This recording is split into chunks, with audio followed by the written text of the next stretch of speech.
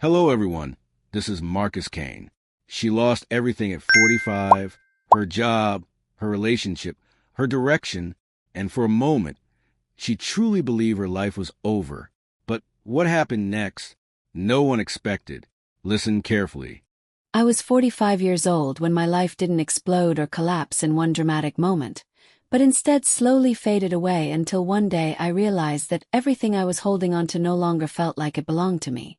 My name is Sarah, and for most of my life I followed a path that looked right from the outside, a path where I was responsible, dependable, and always there for others, but somehow never truly there for myself.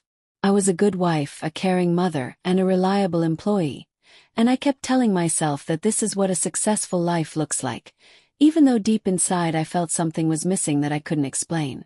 Every day repeated itself in a way that felt safe but empty, where I would wake up, take care of everyone around me, go to work, come back home exhausted, and then fall asleep just to do it all over again, without ever asking myself if this life was really mine.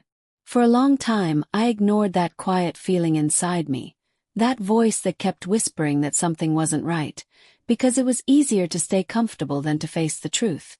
But life has a way of forcing you to face what you've been avoiding, and for me, it started with losing my job after 12 years of loyalty, in a single conversation that lasted less than 10 minutes and erased everything I thought was stable. There was no warning, no appreciation, no second chance, just a simple decision that I was no longer needed. And in that moment I realized how quickly everything can disappear. Not long after that, my relationship ended as well, and the person I had built my entire emotional world around simply walked away, leaving me alone in a silence I was not prepared for. And just like that, at 45 years old, I found myself without a job, without a partner, and without any clear direction, standing in a life that suddenly felt unfamiliar. I remember one night very clearly, sitting alone in my kitchen with the lights turned off, holding a cup of coffee that had already gone cold, staring into nothing while one question kept repeating in my mind. Is this it? Is this really how my life ends? And for the first time in my life I felt something deeper than sadness, something heavier than disappointment. I felt fear, not because I had failed, but because I realized I had never truly tried to live for myself. That realization was painful, but it was also honest. And in that quiet moment, without drama or noise, I made the most important decision of my life. I decided that I would not go back to the same routine, the same version of myself, the same safe but empty life, even if I had no idea what was waiting for me ahead. The next morning, nothing magically changed. I was still scared, still confused, still unsure of everything, but for the first time I chose action instead of comfort. I opened my laptop, not with confidence, but with curiosity, and I allowed myself to try something new, something unfamiliar, something that didn't belong to my past. The beginning was difficult in ways I didn't expect, because I constantly felt behind, comparing myself to people who seemed younger, faster, and more capable, while that voice in my head kept telling me that I was too late to start. But instead of accepting that thought, I challenged it, and I asked myself a different question that slowly changed everything. What if I'm not too late? What if I just never gave myself a chance before? That idea stayed with me, and from that point on, I stopped focusing on how far behind I was and started focusing on what I could do today, even if it was something small. Every single day I kept showing up, even when I felt tired, even when I doubted myself, even when there was no visible progress, because I understood that consistency matters more than confidence. Over time, something inside me began to change, not my situation immediately, but my mindset, my discipline, and the way I saw myself. I stopped waiting for permission, stopped looking for approval, and started taking responsibility for my own life in a way I never had before.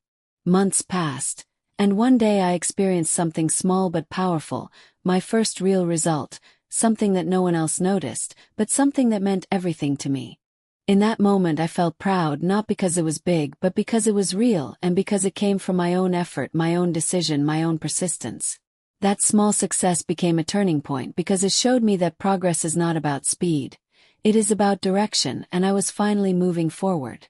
From there I continued building, learning, and improving, and slowly opportunities started appearing, first small, then bigger, as if life was responding to the fact that I had finally started responding to it. And then one day I was given a real opportunity, the kind I used to believe was meant for other people, not for someone like me. I was scared, but this time I didn't let fear control me. And instead of hesitating, I said yes, even though I didn't feel ready. That decision changed everything, not just my situation but my identity, because I was no longer the person who waited. I became the person who acted.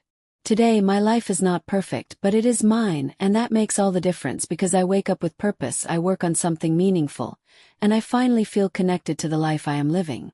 But the biggest transformation is not what I have. It is who I have become, someone who is no longer afraid to start, no longer afraid to change, and no longer afraid to choose herself. And if you are listening to this right now, thinking that it is too late for you, that your time has passed, that you missed your chance, I want you to stop for a moment and really think about this. What if you are not late? What if this is simply the moment your real life is waiting to begin? Because success does not belong to those who started early. It belongs to those who finally decide to start at all.